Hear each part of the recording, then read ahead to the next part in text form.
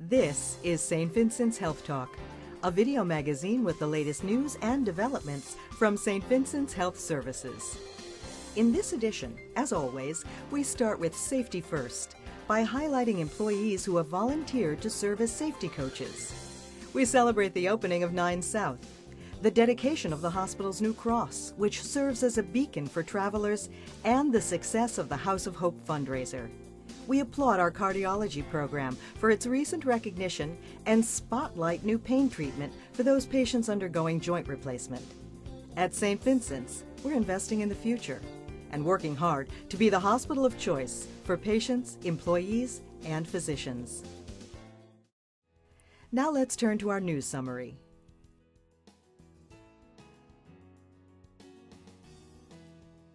We begin this edition of Health Talk discussing safety, just as we do each morning in Safety Huddle and at the beginning of each meeting at the Medical Center. The Medical Center has impressively increased awareness about safety with the rollout of numerous tools which will help us become a high reliable organization. Karen Neforis discusses the role of safety coaches and their importance to the organization.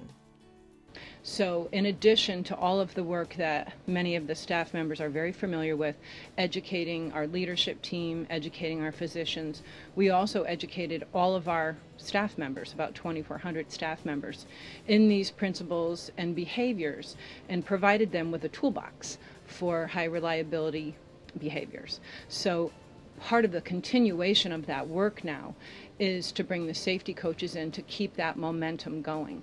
They are the eyes and ears of the organization.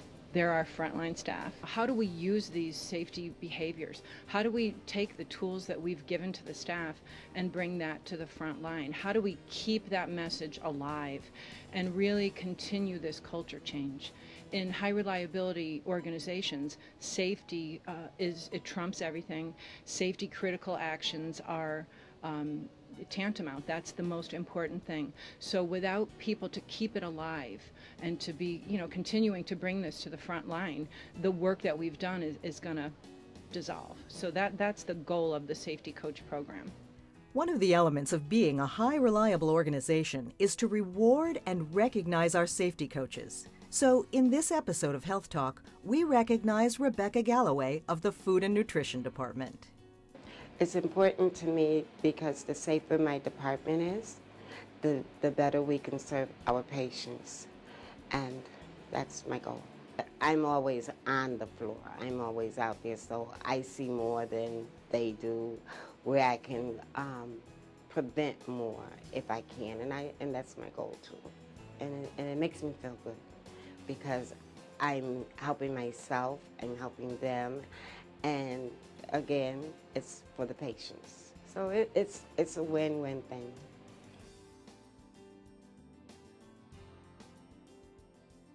St. Vincent's and Aquarion Water Company teamed up this fall and held a food drive called the House of Hope. The special shed, which was located in front of the Medical Center until November 15th, was manned by volunteers from both St. Vincent's and Aquarion. More than 5,000 pounds of food, or almost 3 tons, were collected over 8 weeks. A total of 128 boxes were shipped and distributed to area food banks by St. Vincent's security officers.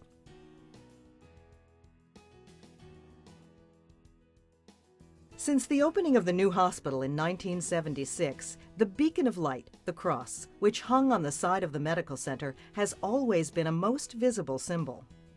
Our beacon of light was recently refurbished, thanks to the encouragement of Daughter of Charity Sister Mary Jean Tague. On October 11th, the Daughters of Charity, clergy, members of administration, faculty, and staff were on hand as the new cross, 40 feet tall by 13 feet wide with LED lighting, was lit for the first time.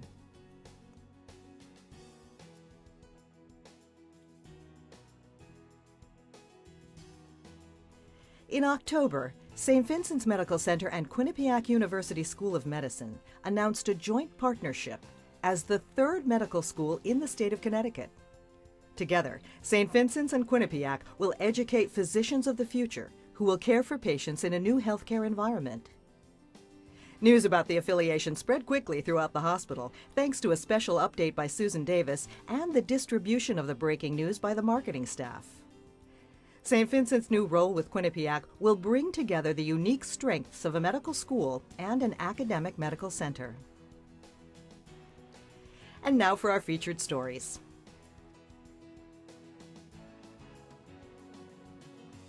Our cardiology program received positive news from Healthgrades, the nation's largest independent ranking source for many areas of cardiac care.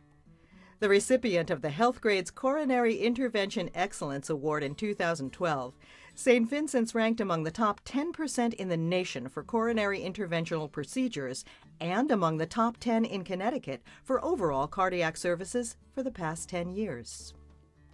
Dr. Larry Scheck discusses the significance of the Healthgrades recognition. If someone comes to St. Vincent's with an acute cardiac disease, either chest pain or a heart attack, they can be assured that their outcomes are bound to be outstanding, and we have the documented evidence to sort of stand behind what our claims are.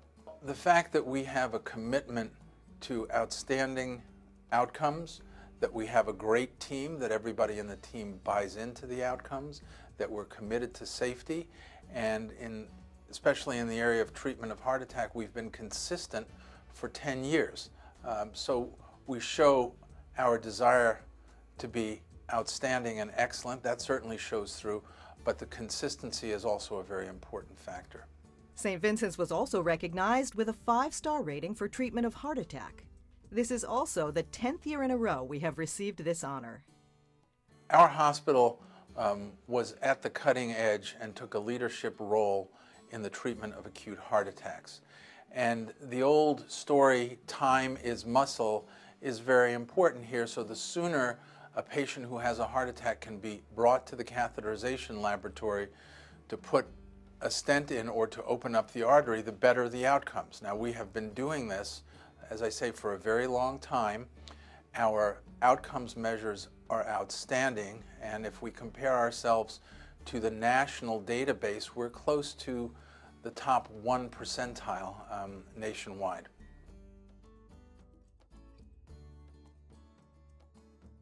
The inpatient oncology unit moved from 7 East to 9 South recently, with a blessing of 7 East attended by physicians, nurses, and staff members. A short while later, after the statue of St. Joseph was safely placed in its new location on 9 South, Susan Davis and Dr. Christopher Iannuzzi delivered remarks about the new unit. Deacon Paul gave the blessing, and staff members celebrated by taking a tour of their new environment.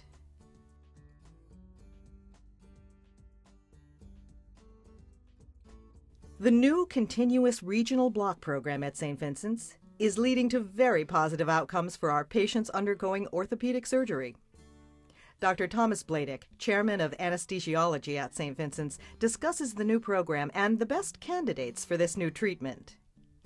Our program was initiated in July of 2011, and we identified primarily the orthopedic population as being candidates for continuous regional block anesthesia. So any patient undergoing an orthopedic procedure of the upper extremities or the lower extremities can receive a nerve block where we selectively block the nerves that innervate the area being operated on. By blocking specific nerves, we're able to render the area pain-free and markedly decrease the amount of pain medications a patient would require after they would have had a surgical procedure. The implementation of the new procedure coincided with the arrival of Dr. David Lowe, who has performed more than 3,000 peripheral nerve block catheters in the past 3 years.